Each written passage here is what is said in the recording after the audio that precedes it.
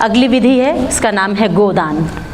हमारे यहाँ पर पहले जब गृहस्थ में बच्चे जाते थे तो गाय दी जाती थी। गाय सबसे अधिक ऐश्वर्य का प्रतीक माना गया है। कहते जहाँ पर गाय होती है वहाँ पर कोई भी बीमारी नहीं आती है और घर हमेशा धन धान्य से भरा हुआ होता है। इसलिए गाय सब लोग रखते थे तो देने की परंपरा थी।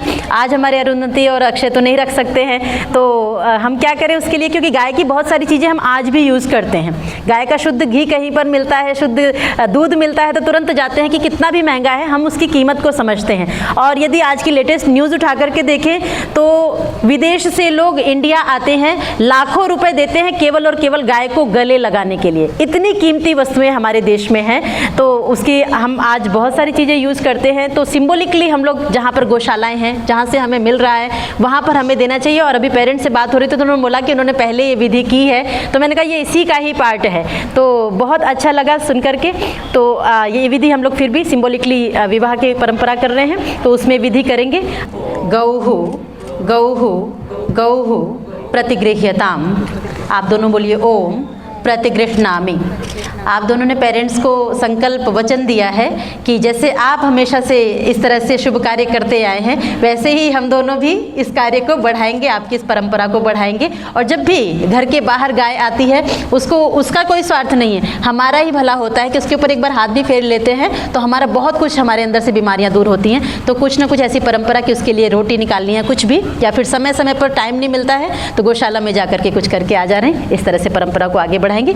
अगली विधि है कन्या प्रतिग्रहण, जिसको कि समाज में एक नाम दिया गया है कन्या दान।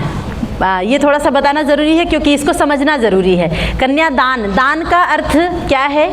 जिस वस्तु को देने के बाद उस पर से हमारा अधिकार समाप्त हो जाए उसको दान कहते हैं। अब आप उसको किसी वस्तु के साथ लगाते हैं तो अच्छा लगता है, किसी चीज़ के साथ, किसी धन के साथ लगाते हैं तो ठीक लगता है। इस वर्ड को आप उठा करके कन्या के साथ में लगाते हैं तो आप विचार करके बताइए, सभी बेटी वाले हैं, क्या कन्या का दान कभी हो सकता है? ये संस्कृत का शब्द था, इसको समझना था कि पहले के समय में विवाह घर पर हुआ करते थे तो कन्या के लिए जो लोग गिफ्ट्स लेकर के आते थे उस गिफ्ट को कन्या यही दानम, कन्या के लिए जो गिफ्ट्स आए हैं उसको कन्यादान कहा जाता था।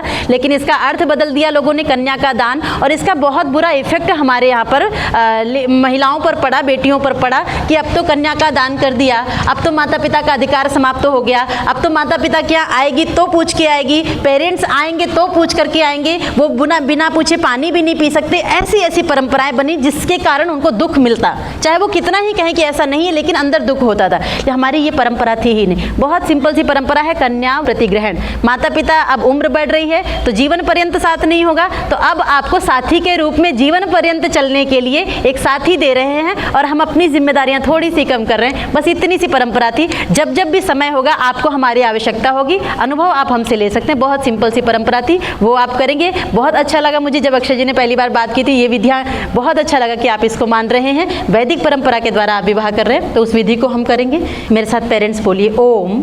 अपने गोत्र का नाम लेंगे, गोत्रोत्पन्नाम इमाम, अपने बच्चों का नाम लेंगे। प्रतिगृह्णातु भवान। आप दोनों बोलिए ओम प्रतिगृह्णामि। आप दोनों का हाथ मिला दीजिए, इधर ले आइए पास में, हाँ पलट दीजिए, हाँ पलट दीजिए, मिला दीजिए। चलिए आप हाथ रखेंगे ऊपर, पेरेंट्स सभी हाथ रख लीजिए।